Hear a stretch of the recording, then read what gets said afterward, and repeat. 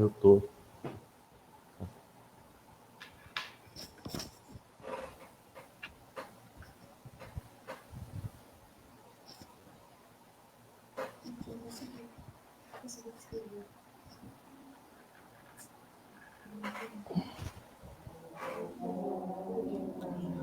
Bom dia, irmãos e irmãs. Pedimos desculpas pelo nosso pequeno atraso aí, quase 10 minutos de atraso, mas nós estávamos com um problema aqui no som, no fone, mas já agora resolvido. Nós damos início, então, à nossa escola dominical de hoje, Amém. dando as boas-vindas a todos vocês, né, pedindo a Deus que o dia de hoje seja bastante proveitoso e abençoado por Deus, tá bom? Rapidamente, para compensar aí o nosso atraso, né, nós vamos fazer uma oração e já passar para a nossa aula e pedimos o perdão aí, mas hoje não vai dar tempo de cumprimentar a todos e todas, mas se sintam abraçados por nós, se sintam acolhidos em nossa aula que será ministrada, dirigida pelo nosso irmão Samuel, e vamos buscar orientação de Deus para a nossa vida. Vamos orar pedindo a bênção de Deus. Pai querido, nessa manhã nos colocamos diante do Senhor, pedindo a tua bênção, pedindo a orientação do teu Espírito sobre nós, sobre nosso coração, sobre a nossa vida, para que possamos, ó Deus, ser direcionados por ti em nosso tempo, em nossa história. Nos oriente, ó Deus, através da tua palavra, através da ministração da aula de hoje, através da vida do irmão Samuel, que possamos, ó Deus, nessa manhã, aproveitar esse tempo para buscar orientação de ti em tua palavra. Nós pedimos que o Senhor esteja conosco, em nome de Jesus. Amém. Amém. Amém. Irmão Bom Samuel, bom dia. Que bom que deu certo a conexão e o som, né? A gente fica mudando de computador toda hora e acaba esquecendo de habilitar algumas coisas, né? Mas graças a Deus que deu tudo certo. Nem sempre as coisas funcionam do jeito que a gente quer, né? Pois é. E isso talvez até serve para a gente poder introduzir a nossa lição. Nem sempre as coisas acontecem do jeito que a gente quer que elas aconteçam, certo? E a lição de hoje é sobre Abacuque, profeta Abacuque, porque se os irmãos verem as lições que a gente, pelo menos eu tenho dado, elas fazem parte de uma sequência de lições sobre o Antigo Testamento, sobre personagens do Antigo Testamento, certo? Então, ela é um resumo, ou vamos dizer, a revista, né? Ela tem uma proposta de passar por personagens do Antigo Testamento para que a gente possa conhecê-los melhor e tirar iluminação para a nossa vida desses personagens. Então, e principalmente uma inspiração de fé, né? Algo que nos desperte a fé, algo que nos oriente. Então, hoje, eu quero, com os irmãos, a gente iniciar a nossa aula, também pedindo aí, como o pastor falou, desculpas pela dificuldade aí no começo. Domingo passado também nós tivemos uma dificuldade cabal, né? Foi impossível fazer a aula, né? A gente estava preparado lá em Buritama, à noite fizemos os testes, e durante a madrugada o provedor de internet caiu, né? Então, na hora da aula não tinha internet lá em Buritama, na casa lá dos meus pais, lá em Buritama. Então, infelizmente, foi impossível fazer a aula. Vamos começar a nossa aula. Eu quero ler alguns versículos do livro de Abacuque.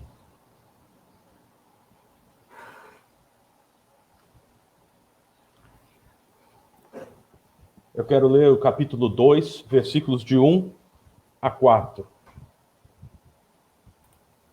Pôr-me-ei na torre de vigia, colocar-me-ei sobre a fortaleza e vigiarei para ver o que Deus me dirá e que resposta eu terei à minha queixa. O Senhor me respondeu e disse: escreve a visão, grava-a sobre tábuas, para que a possa ler até quem passa correndo. Porque a visão ainda está para cumprir-se no tempo determinado, mas se apressa para o fim, e não falhará se tardar. Espera-o, porque certamente virá, não tardará. Eis o soberbo, sua alma não é reta nele, mas o justo viverá pela fé. O profeta Abacuque é um dos primeiros a anunciar essa grande verdade que os reformadores fizeram questão, grande verdade presente no Antigo Testamento e presente nos escritos do apóstolo Paulo, ou em escritos neotestamentários também, como a Epístola aos Hebreus, de que o justo viverá pela fé. Então, há pouco tempo atrás, quando comemoramos os 500 anos da Reforma Protestante, enfatizamos sola fide, ou seja, somente a fé. Só a fé é capaz de trazer a salvação. E esse ensino está presente no livro de Abacuque, certo? Esse ensino é uma das grandes mensagens do livro de Abacuque, certo? Que o justo viverá pela fé. O profeta Abacuque, ele é um profeta de Judá, né? Então do Reino do Sul. Ele profetiza no Reino do Sul. Ele é contemporâneo de Jeremias também, certo? Provavelmente Abacuque era um profeta ou um homem ligado ao templo, certo? Ligado à atividade religiosa e à atividade cultica em si. Terceiro, o livro de Abacuque tem apenas 3 capítulos, e o terceiro capítulo, ele é essencialmente um salmo, certo? A estrutura é de um salmo, a métrica, mesmo em português, é difícil a gente perceber isso, mas no hebraico é claramente uma escrita de um salmo, certo? Então, a tradução nossa, ela deu ao texto de Abacuque vamos dizer, uma entonação de prosa que não foi tida na entonação do livro dos Salmos. Mas se a gente lê com mais perspicácia o capítulo 3, a gente percebe que ele é um canto, está escrito isso, né? Lá no versículo 2, no versículo 3 do capítulo 3, diz assim: eu estou escrevendo um cântico, eu estou... Só para confirmar isso aí, eu vou ler. O capítulo 1, oração do profeta Abacuque sobre a forma de canto, certo? Ele já inicia o capítulo 3 dizendo que aquilo ali é um cântico, é uma música, é algo para ser cantado. Então, provavelmente, Abacuque é um homem do templo, certo? É um homem ligado ao serviço do templo. Então, conhecedor ali da questão do templo, da monarquia, da presença dos reis. Mas eu estou realmente muito apaixonado, vamos dizer, pelo texto, né? É uma lição que a pastora Adi sabe, nós já decidimos fazer a lição de Abacuque há algum tempo, certo? E daí, domingo já nos preparamos para domingo passado, aí não foi. Aí nos preparamos de novo, né? Então, o que acontece é que eu estou ficando cada vez mais apaixonado pelo escrito do profeta, porque ele é muito próximo da nossa realidade humana, certo? O primeiro capítulo do texto, são só 3 capítulos, então é muito fácil entender, porque é 1, 2, 3, ou seja, é uma síntese, é uma tese, é uma antítese, é uma síntese, certo? O primeiro capítulo mostra, aliás, a indignação do profeta. Tá? A indignação do profeta é o seguinte: por que que as coisas estão acontecendo desse jeito. E o versículo 2 que eu quero ler, para que a gente faça essa primeira parte introdutória ao texto, né? É o versículo 2 do capítulo 1. Até quando, Senhor, clamarei eu, e tu não me escutarás? Gritar-te-ei violência e não me salvarás. Quem nunca, né? Hoje a internet tem essa brincadeira, né? Quem nunca? Quem nunca viveu essa experiência, essa situação de pedir uma coisa para Deus e não receber uma resposta? Né? Então, o profeta Abacuque, ele tem uma questão muito importante, que é a questão do sofrimento dele e de não entender os desígnios de Deus e de questionar as coisas como elas acontecem, certo? E de querer entender e de querer ter uma resposta da parte de Deus para as coisas como elas acontecem. E isso é muito interessante, certo?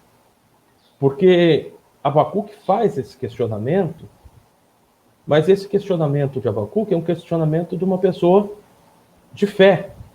Não é um questionamento que o distancie de Deus, mas é um questionamento que o aproxima de Deus.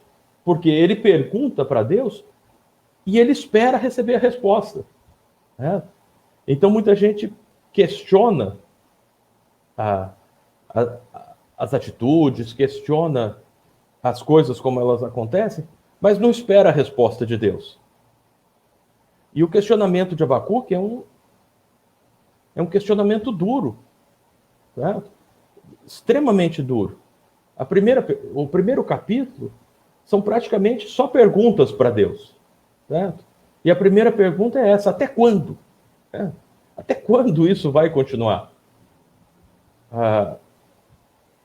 E sim, em se tratando de sofrimento humano, da dor, quantas vezes a gente não se pergunta até quando isso vai durar? E as perguntas, elas sobem de um tom, vamos assim dizer. Não é só uma questão do sofrimento, mas Abacuque também tem uma questão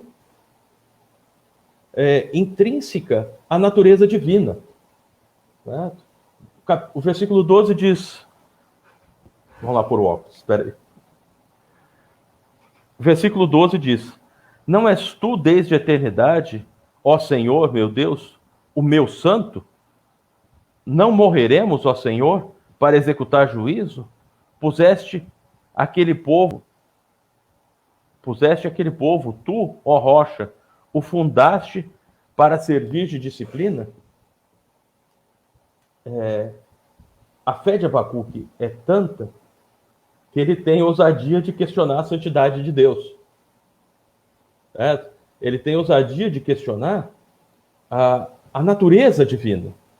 Olha, o Senhor não é santo? E como o Senhor tolera o mal? Certo? Como o Senhor aceita a maldade ou a violência? Né? Porque o problema é que a época de Abacuque é posterior ao reinado de Josias. Certo? Josias provavelmente é o último rei, provavelmente não. Josias é o último rei que é nominado lá no livro de Crônicas como aquele rei que serviu a Deus. Certo? Depois de Josias a coisa já descamba e vem o exílio. Então, o que Abacuque está vendo é uma violência dos judeus entre si, né? É um caminhar errado, é um caminhar distante da lei de Deus, mas é também a violência de Nabucodonosor e da Babilônia que está chegando. Certo? É a violência da Babilônia que está chegando. O versículo 17 do capítulo 1 vamos dizer, é essa coisa, mas por que o Senhor aceita a violência? Quando o Abacuque pergunta o até quando para Deus, ele pacientemente ouve a resposta. Olha, você está... Deus, lá no versículo 4, versículo 5, desculpa. Versículo 5 do capítulo 1.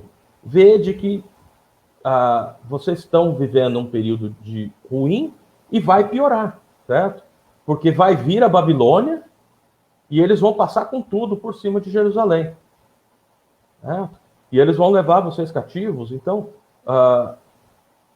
ele ouve a resposta, assim como o texto que nós lemos da introdução da nossa lição, que é o começo do capítulo 2, em que ele, depois de ter feito todas essas perguntas, mas o senhor não é santo? Por que o senhor tolera o mal? Por que o senhor aceita a violência?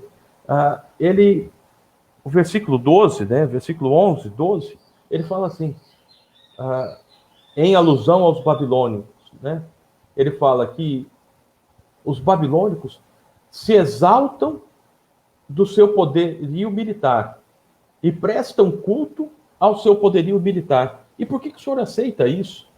Né? Que é a analogia da rede, né? Eles pescam, eles pegam todos os cardumes de peixe, do pequeno ao grande, tudo, e ainda fazem um culto à rede. Né? Então, olha lá, o versículo. Oferece sacrifício à sua rede e queima incenso à sua varredoura. Ou seja, os babilônicos, a Babilônia, ela tem a idolatria ao poderio militar deles. Certo? E Abacuque não entende isso. Mas Abacuque é um homem de fé para questionar a Deus e esperar a resposta. Certo? E o capítulo 2 é a resposta de uma forma, assim, de uma forma muito incisiva. Né? E é uma resposta em duas etapas. A primeira etapa é o versículo 4. Eis o soberbo, sua alma não é reta nele, mas o justo viverá pela fé. A primeira coisa. Certo? A resposta de Deus para Abacuque vem direta. O justo viverá pela fé, ou seja, permaneça fiel. Certo? Enfrente as dificuldades, permaneça fiel, que esse é o caminho. Segunda coisa, a consequência natural da maldade é o juízo. Certo? Versículo 5 diz isso. Assim como o vinho é enganoso, tampouco permanece o arrogante, cuja gananciosa boca se escancara como o sepulcro e é como a morte, que não se farta. Ele ajunta para si todas as nações e congrega todos os povos.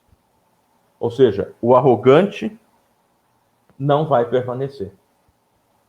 É o texto que a gente conhece, é a lei das consequências, é a questão do plantio, ou seja, se você fizer, é a máxima do apóstolo Paulo, o salário do pecado é a morte, ou seja, a consequência natural das coisas ruins são mais coisas ruins. Certo? Então, e a maldade não vai prevalecer. É interessante que a segunda parte do capítulo 2, ele, para cada coisa ruim que a pessoa faz, ou que, no caso, a Babilônia faz, tem uma consequência. Certo? Então é um jogo de ais, né, que são implicações, né? Certo?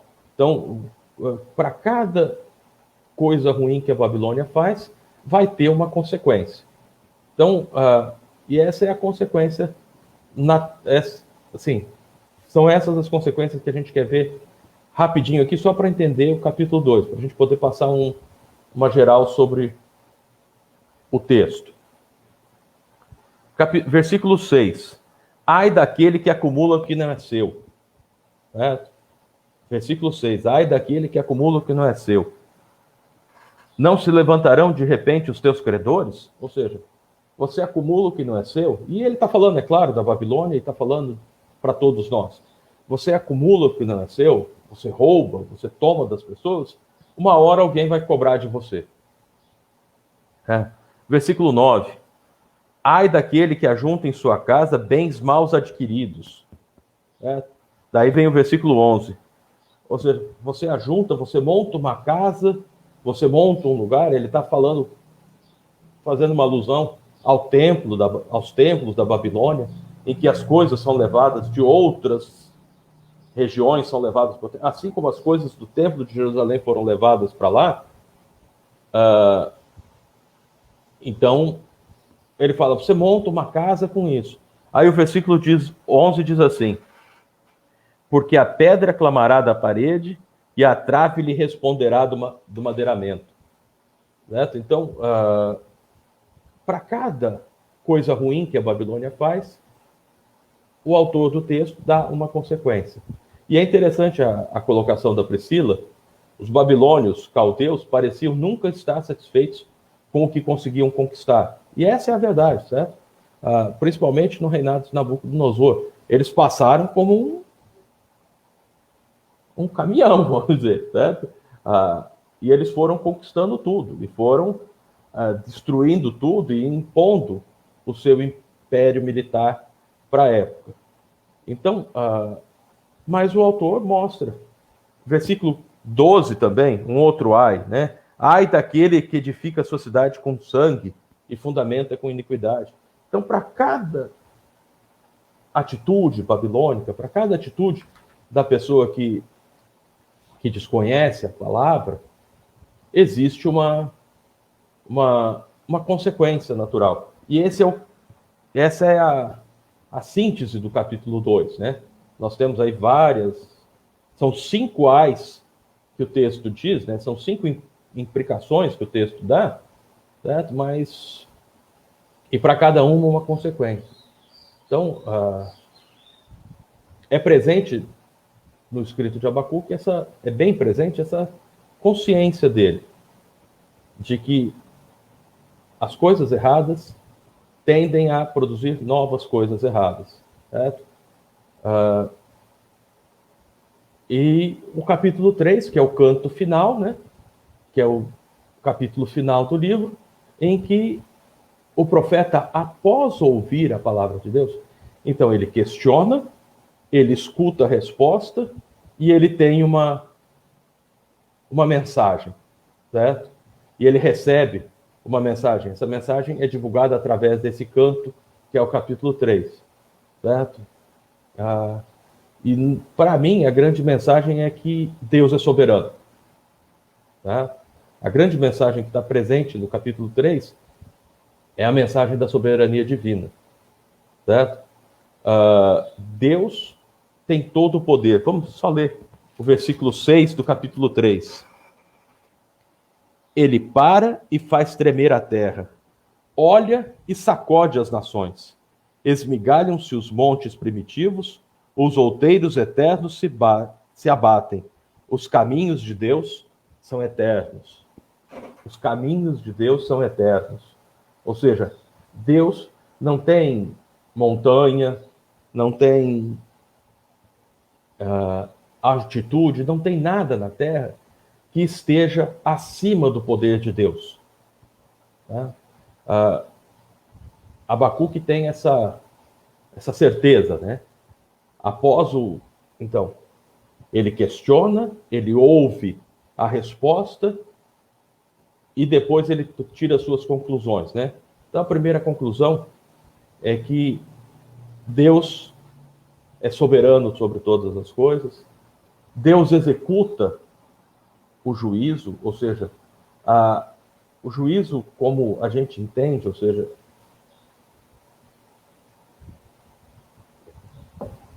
ele vai acontecer, certo? É o versículo 13 que diz assim: Tu sais para salvamento do teu povo, para salvar o teu ungido. Feres o telhado da casa do perverso e lhe descobre de todo o fundamento. Então, Deus é soberano, Deus age. E a terceira parte, a parte final para mim, que é um texto de uma beleza gigante, apesar da gente não conseguir pôr isso em prática, mas são os versículos de 17 e 19, certo? Que é a questão da esperança de Abacuque, certo? Que é a questão da firmeza da fé dele. Que são os versículos de 17 a 19, que eu quero ler rapidamente aqui com os irmãos. Ainda que a figueira não floresça, nem haja fruto na vide, o produto da oliveira minta, e os campos não produzam mantimento. As ovelhas sejam arrebatadas do aprisco, e nos currais não haja gado. Todavia eu me alegro no Senhor, exulto no Deus da minha salvação. O Senhor é a minha fortaleza, e faz os meus pés como o da corça, me faz andar altaneiramente.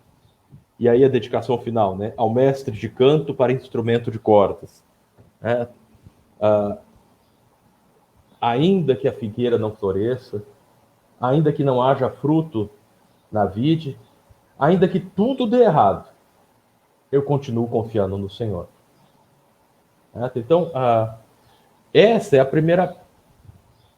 Assim, esse é um pano geral, pastor, sobre o livro do Abacuque.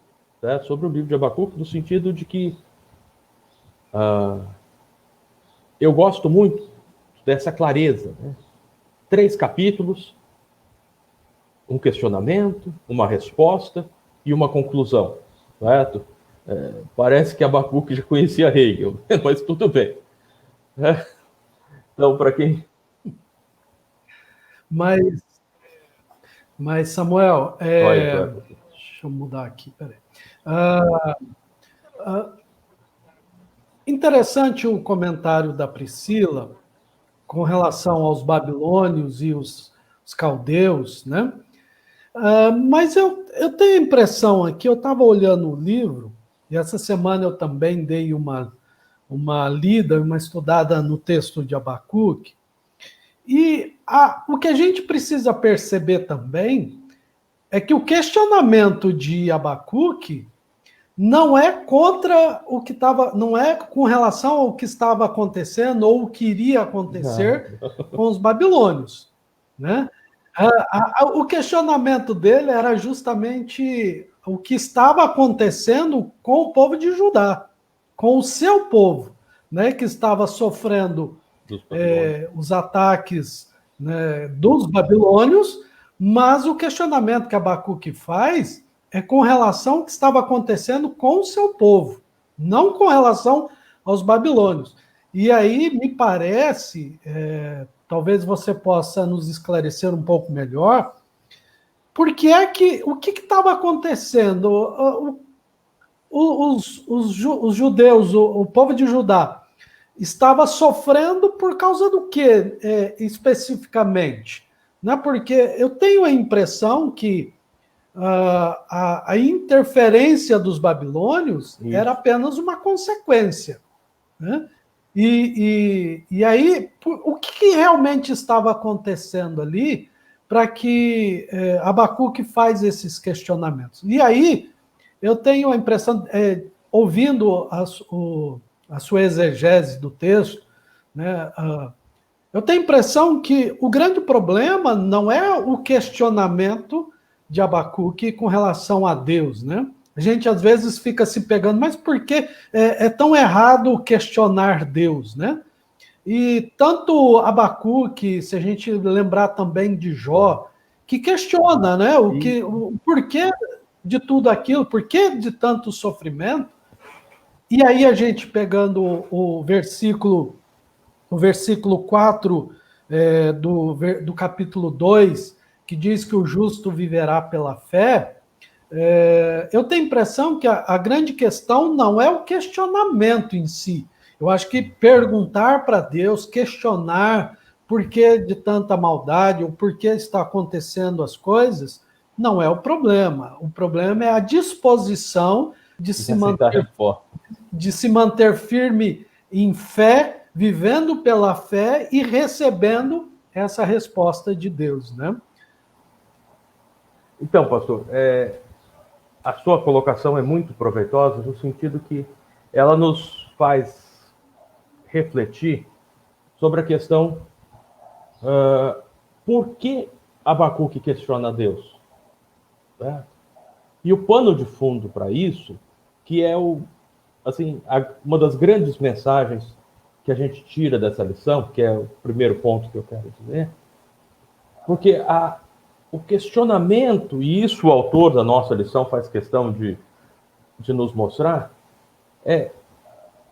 o questionamento que Abacuque faz, ele tem origem numa interpretação, vamos dizer, equivocada que o povo de Israel tem a respeito da sua eleição, vamos assim dizer. Eu não quero falar aqui de predestinação ou de problema de salvação pela graça, ou coisa assim, para não entrar nesse debate aí da predestinação. Mas o que acontece com o povo de Israel é que eles têm uma ideia de que eles são povo santo de Deus, povo escolhido, e de fato são. Né? Deus escolheu aquele povo. Deus tirou aquele povo do Egito, Deus usou aquele povo, Deus prometeu ao pai daquele povo, Abraão, que a sua descendência seria eterna e que ela seria uma bênção sobre toda a terra. Mas o problema é esse. É que muita gente lá acreditou que porque era povo de Deus, podia fazer qualquer coisa. Certo? Que era povo. Então, é uma interpretação errada dessa escolha de Deus sobre o povo de Israel. Certo? Então, eu chego a dizer que os israelitas foram tomados por uma soberba santa, né? O que é? Nós somos povo de Deus, então não importa, Deus nos ama, Ele nos protege, assim, não importa, certo? Vai dar tudo certo. E não é assim, certo? Não é assim. O Abacuque, ele está realmente muito influenciado, quando ele começa os questionamentos dele, ele está muito influenciado por isso, certo? E se a gente lê o livro de Crônicas, nós vamos ver que isso perpassa todo o livro. Então, vamos dizer, é uma teologia errada que conduz a uma prática errada. Certo? Então, ou seja, quando o nosso ensino teológico é equivocado, a nossa prática de fé é equivocada também. Certo? E o que está por trás de Abacuque é justamente isso.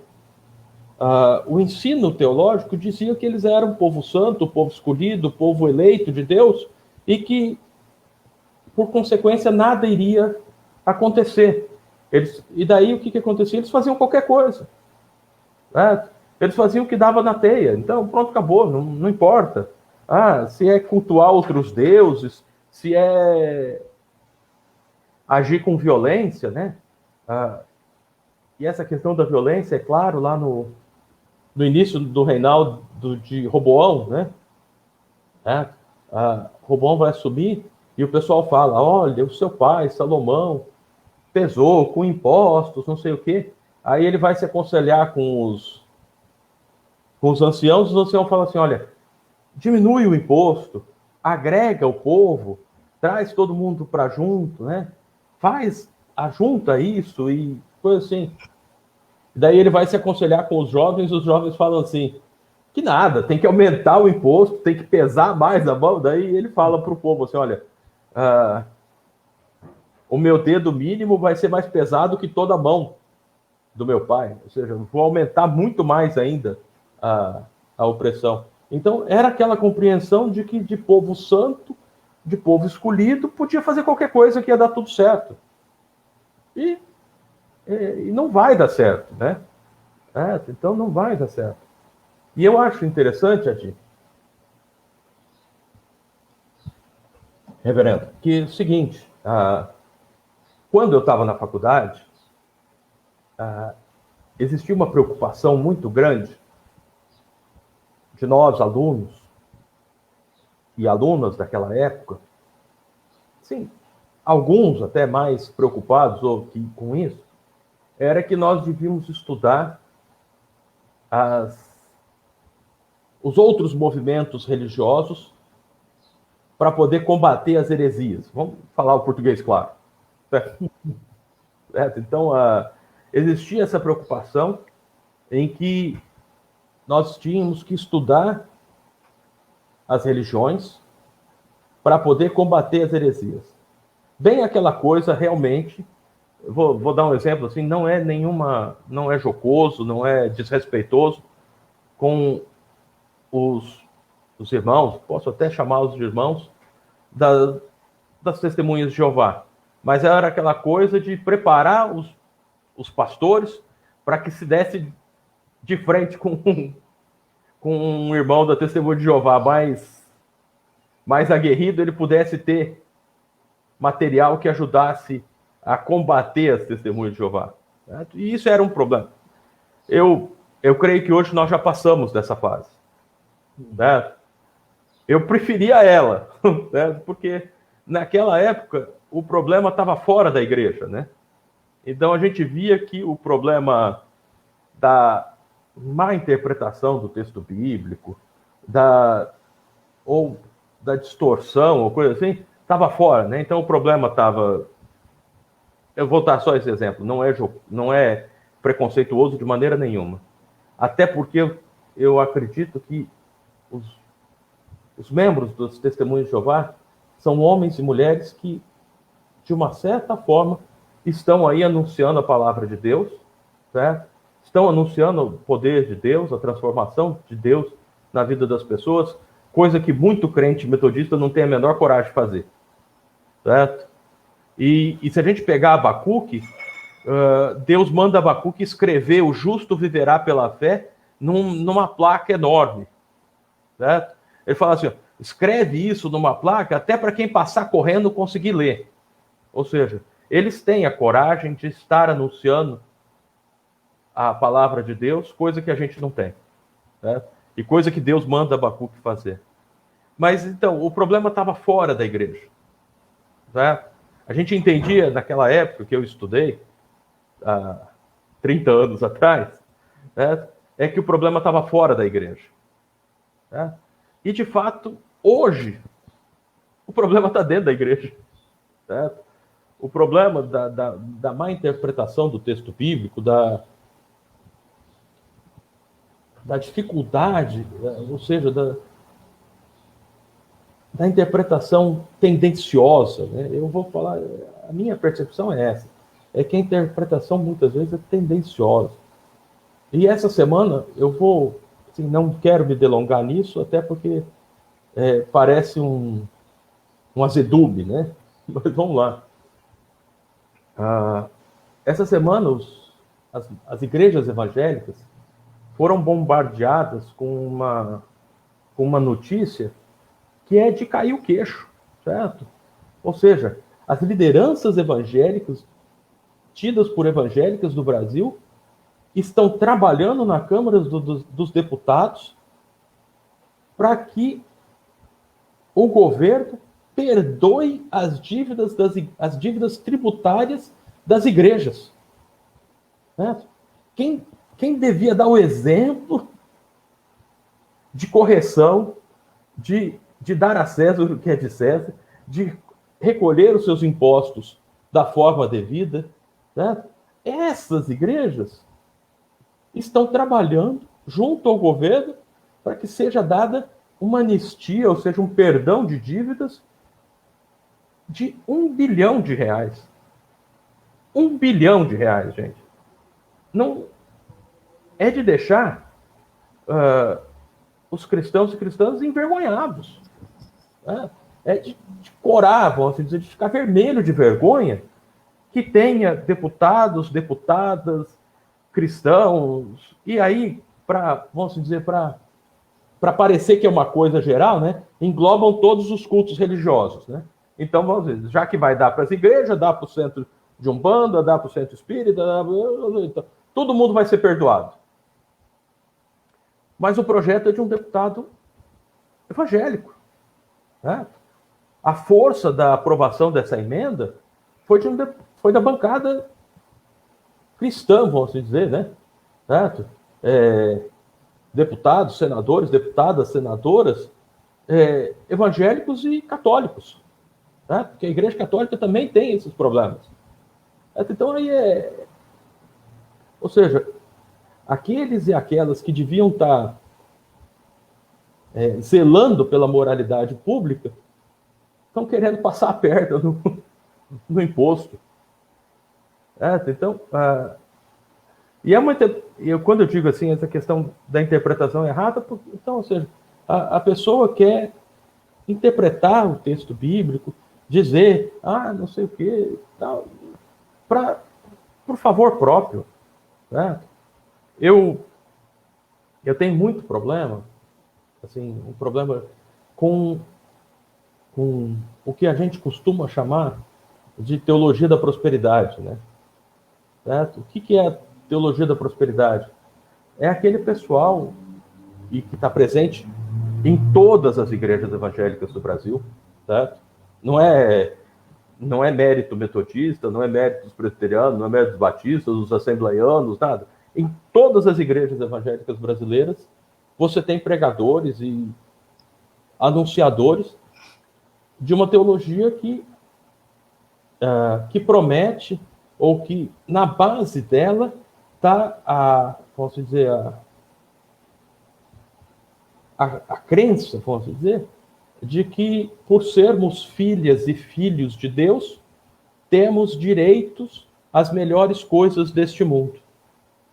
Certo? Vamos ser ricos, prósperos e vamos ter uma vida fácil. Certo? Então, por sermos filhos me dá um frio na espinha quando eu ouço alguém dizer, eu sou filho do rei. Eu também sou filho do rei. Certo? E o irmão e a irmã que mora lá na favela também é filho do rei. Então, agora você tem um filho de primeira classe e um filho de segunda classe. Para com isso, gente. Certo? Então, eu tenho muita preocupação justamente com isso, porque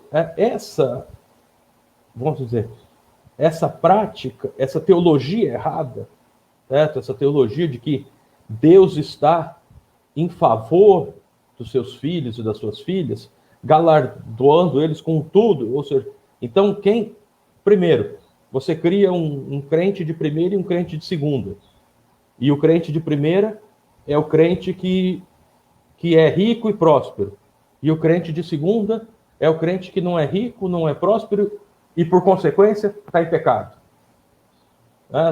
Então, porque tem que ter uma desculpa. Tem que ter uma desculpa para que ele não seja rico ou próspero. Então ele está em pecado.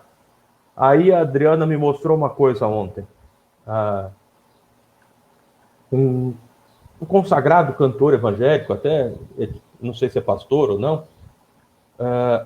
eu não vou citar o nome, mas ele mostrando que ele e a esposa passam por um problema enorme de concepção, ou seja, eles não têm filhos. E já fizeram todos os tratamentos possíveis. Certo? E ele fez um desabafo nas redes sociais essa semana, dizendo, olha, irmãos e irmãs, parem de indicar médicos. Né? Nós já fomos em todos. Parem de dizer que estão orando pela gente, porque a pessoa vem e fala, eu estou orando por vocês, ou seja, o que a pessoa pensa? Tem tanta gente orando e Deus não atende o meu pedido? Certo?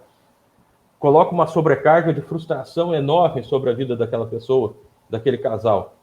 E ele fala assim, olha, e por favor, parem de dizer que nós estamos em pecado. Certo? Parem de dizer, ele é um consagrado cantor, e diz assim, parem de dizer que nós estamos em pecado, porque nós não estamos em pecado. É só uma questão da soberania divina. Então, essa teologia, essa interpretação errada, essa teologia errada, dá uma prática errada. Certo? Da pessoa, de um líder religioso, ter que chegar numa rede social e dizer isso. Certo? Parem de dizer que eu estou em pecado. Eu só não tenho filhos, só isso. Certo? Deus não me deu essa bênção, só isso, eu aceito. Deus não deu essa bênção para o meu casal. Eu aceito. ou eu vou tocar minha vida, ou eu vou adotar alguém, eu vou adotar uma criança, eu vou tomar um outro rumo, certo? Mas então, uma teologia errada, uma prática errada, né? E isso é o que está na germe lá de Abacuque, né? Ou seja, uma teologia errada de que, por sermos povo escolhido de Deus, nada vai acontecer. O que aconteceu? Aconteceu o exílio, né? Aconteceu a destruição, aconteceu tudo o que tinha de pior para acontecer com aquele povo. Então, eu acho que é muito importante a gente, como cristão, como cristã, e como metodista, entender, e aí eu, como superintendente da escola dominical, vou puxar a sardinha para o meu lado mesmo, entender que conhecer o texto bíblico, conhecer a palavra de Deus, questionar as questões da Bíblia, é o que acontece na escola dominical. É o espaço para a gente estar aqui perguntando, para a gente estar aqui amadurecendo, para a gente estar aqui percebendo quando a gente erra, quando a gente é falho, quando a gente está certo, né? Quando a gente está caminhando no caminho certo. Então, é importante que a gente tenha essa percepção, certo? De que é preciso conhecer melhor a teologia, certo? Conhecer melhor posso dizer, o ensino bíblico, para não cair nessas ciladas, né? Para não cair nessas... Porque era muito fácil, há 30 anos atrás, quando a gente achava que o problema estava fora da igreja. Certo? Então, é muito fácil quando o problema é o problema do outro, né? E Jesus Cristo já diz isso, né? Você está olhando o cisco no olho do teu irmão e está esquecendo que tem uma trave. Ou seja, tem um pedaço de pau muito maior no seu olho. Então a gente tinha aquele cisco, né? A gente estava vendo o cisco no olho das outras religiões, certo? E estava se esquecendo que o problema realmente estava crescendo dentro da igreja mesmo. Sim. E eu penso, irmão Samuel, que de fato ninguém está isento de erros, de interpretações erradas. O exemplo que você deu a respeito da teologia da prosperidade é apenas um exemplo, né? Existem vários outros e nós estamos sujeitos a, toda vez que nos afastamos do estudo profundo da palavra de Deus, a gente está sujeito a cair em interpretações erradas, né? Por exemplo, eu acho que muito tempo depois, o apóstolo Paulo, ele já combatia isso também, quando ele, escrevendo aos Romanos, ele falou assim, a graça de Deus é superabundante em nossa vida. Então, por isso, já que a graça de Deus é abundante, é enorme, é infinita na nossa vida, então vamos pecar à vontade, porque Deus não vai colocar isso em conta.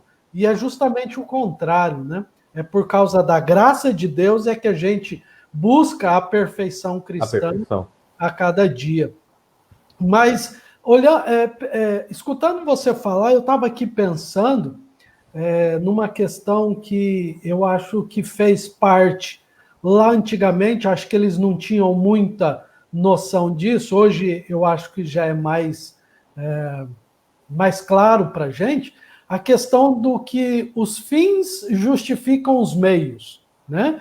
Então, assim, porque talvez eu alcance um fim, os meios podem ser qualquer um, né? E aí a gente começa a perceber, de fato, que a igreja da atualidade está se deixou levar, está se deixando levar por esse ditado, né? Os meios justificam os fins. Então, eu posso fazer qualquer coisa, de qualquer jeito, abraçando qualquer coisa, porque se o fim der tudo certo, então os meios os meios vão, né? E aí a grande questão é que não é bem assim, né?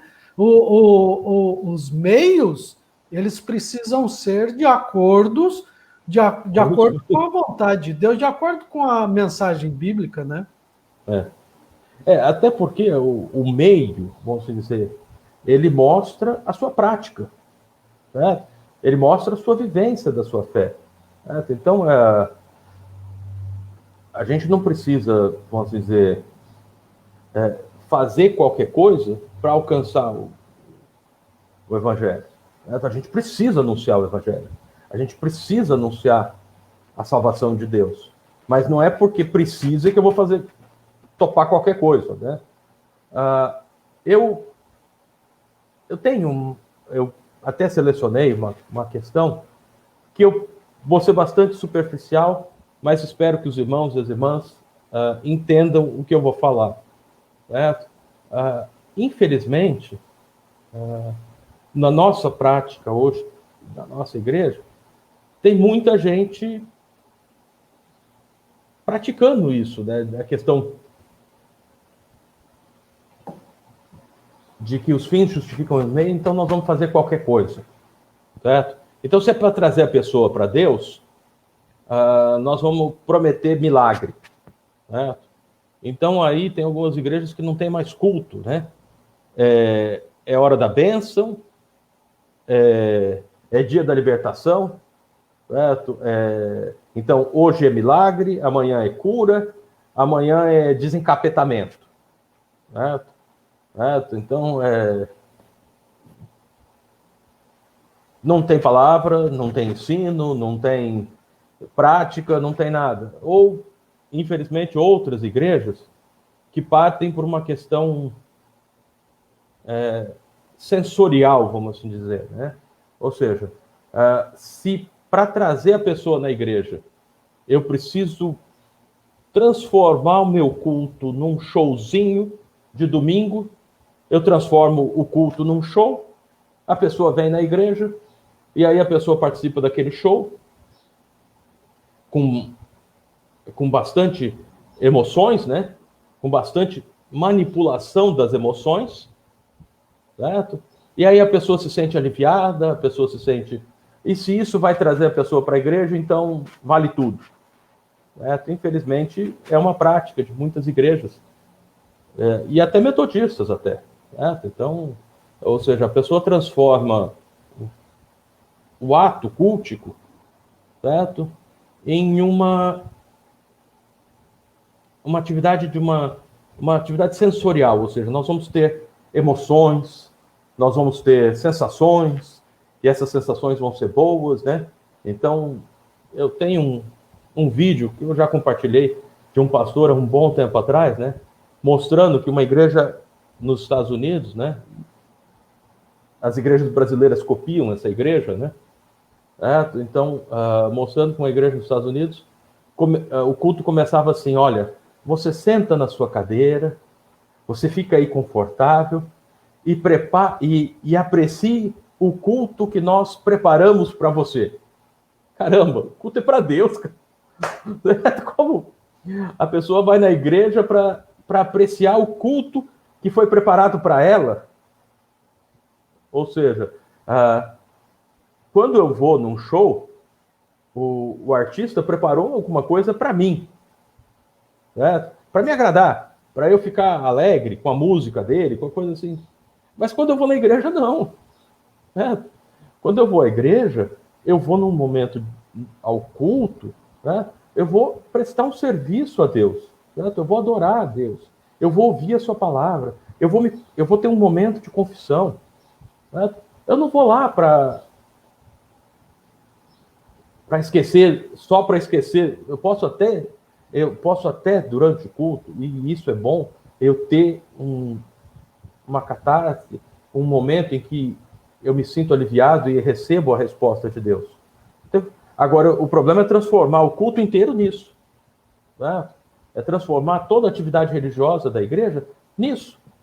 Certo? Então, é interessante que eu participei e ajudei a organizar muitos que a gente chamava de louvorzão, né? Então fazia um louvorzão. Claro, um louvorzão é um momento de música, de alegria, de coisa assim, certo? Então reúne a juventude, faz o louvorzão, e é perfeitamente cabível, certo? É um momento específico para você ter um momento de música e de louvor, certo? Do mesmo jeito que a gente pode ter uma vigília, que é um momento específico de oração, certo? Nós vamos ter uma vigília, nós vamos parar um tempo para sentar e orar, certo? Conversar um pouco e orar mais um pouco, certo? Então, mas aí a pessoa pega e faz o quê? Transforma todos os cultos da igreja numa atividade sensorial, num louvorzão, certo? Então, eu até posso ser um pouco duro com isso, mas com manipulação da emoção, né? Ou seja, jogo de luzes, aí a luz diminui, vai ficando escurinho, aí depois aumenta a luz e volta a luz e coisa assim. Para quê? Para a pessoa ter aquela sensação, a emoção manipulada, para que na hora que o pastor for pregar, o que ele falar, a pessoa aceita, certo? Ou a pessoa se emociona, né? Então eu tenho bastante dificuldade com isso, certo? Ou seja, pode falar, pastor. O senhor está mutado.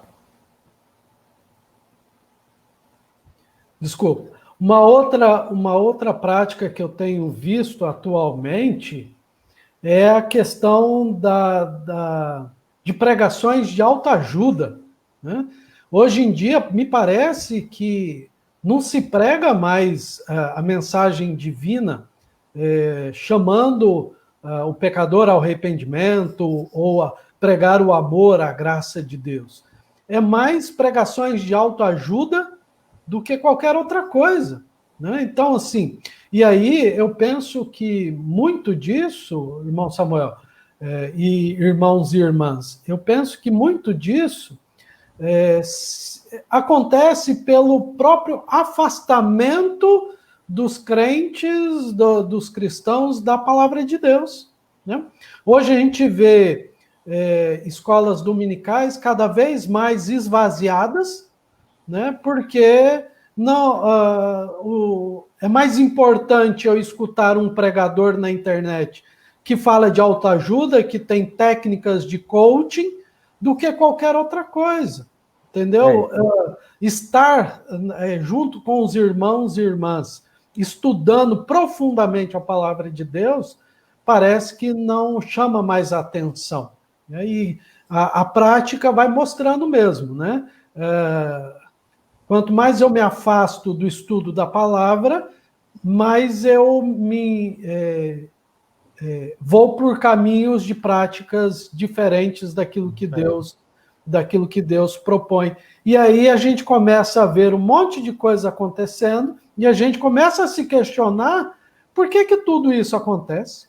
Né? Que era o que Abacuque fazia. O Abacuque estava vendo o povo se distanciando da vontade de Deus e ele começa a se questionar por que tudo isso. E aí a gente começa, olhando o texto de Abacuque, a gente começa a perceber que quando o povo de Deus se afasta da vontade dele, quando o povo de Deus se afasta da palavra dele, obviamente vai ter consequência. É quase certeza que as práticas também estarão longe da vontade de Deus. Isso é óbvio. E já caminhando para um encerramento, vamos dizer, para um fechamento, pastor, é interessante que o texto final de Abacuque, os versículos lá, final do capítulo 3, aqueles versos 16, 17 lá que nós lemos, eles, que é a questão da esperança, né? Ainda que a figueira não floresça, que a vide não dê fruto, ela mostra uma consciência que o profeta tem de que as coisas podem não acontecer neste exato momento. E o que eu tenho visto é que hoje nós queremos uma religião de resultados. Né? Então, quer dizer, é a prática teológica, é o ensino teológico que está produzindo uma prática errada, né? Ou seja, hoje nós queremos uma fé de resultados. né? A gente que está na iniciativa privada trabalha todo dia pelo resultado, né? Para aumentar a venda, para conseguir um novo cliente. Então, nós estamos transferindo essa lógica do mercado para a vida religiosa. Certo? Então, o que é? Se eu vou na igreja, se eu dou o dízimo, se eu cumpro tudo, Deus tem que me abençoar. Certo? Então, e Abacuque percebe que não é assim. Certo? Abacuque entende a soberania de Deus e percebe que as coisas não acontecem como a gente quer. Certo? Que as coisas acontecem no tempo de Deus. E eu gosto muito do versículo 17, 18, que eu vou ler novamente.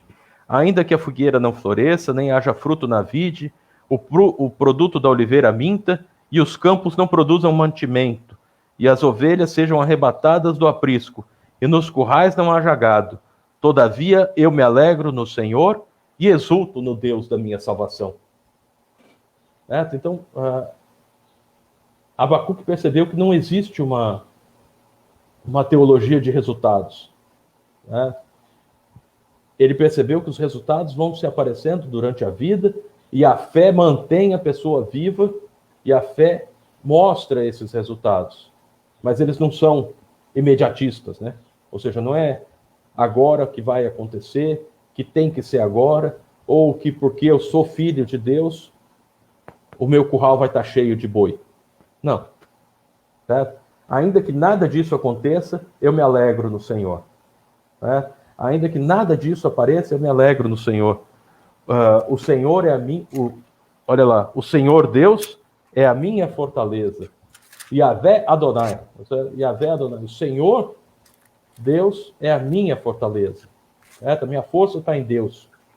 Então, eu entendo para a gente poder finalizar, que essa mensagem de que a nossa fortaleza está em Deus e que nós vamos suportar as dificuldades, certo? É fundamental. Certo? Então, aí a gente passa isso para alguns exemplos que a gente deu de teologias equivocadas, a gente entende que, mesmo que a igreja não esteja cheia, certo? Algumas pessoas estão recebendo a palavra de Deus. Certo? Então, eu não vou fazer qualquer coisa para encher a igreja. Eu não vou apelar para qualquer novidade doutrinária só para encher a igreja. Certo? Eu vou continuar anunciando. Certo? É o que Deus pede para Abacuque. Olha, anuncia, fala, grita para as pessoas. Certo? O justo viverá pela fé. Certo? É como se Deus falasse assim, olha, coloca um outdoor na rua para que todo mundo leia. O justo viverá pela fé. Ou seja, você vai ter sua vida, você vai permanecer vivo, você vai conseguir as bênçãos de Deus, é pela fé. Não é por outro meio, não é por outra coisa assim. Pastor, eu gostaria de estar encerrando com isso aí, para que a gente pudesse perceber isso. Perceber essa questão da vida de Abacuque, de que uma compreensão errada da teologia leva a uma prática errada, que a gente perceba que a gente precisa voltar para o estudo da palavra, que a gente precisa voltar para o ensinamento bíblico. Sim. E eu queria agradecer ao irmão Samuel por essa belíssima aula e também agradecer a participação dos irmãos e irmãs. Eu não quis ir colocando todos, porque senão a gente ia acabar tendo muito tempo, ficando muito tempo e acabar não dando para responder a todos. Mas eu queria agradecer ao irmão João Wesley, ao Marcos Gonçalves, a Priscila Capel, a Claudinha, né, e a todos os outros irmãos e irmãs que participaram.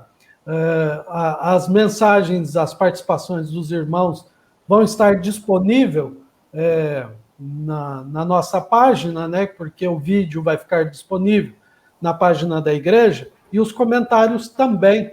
E a gente pode ir aprofundando nas nossas conversas particulares aí, poder meditar um pouco mais sobre isso. Mas eu acho que você resumiu bem, irmão Samuel, a respeito desse fechamento, de que o importante é que nós tenhamos a consciência de que o justo viverá pela fé, e a fé nos leva a estudar cada vez mais a palavra de Deus para descobrir qual é de fato a vontade do Senhor. Amém.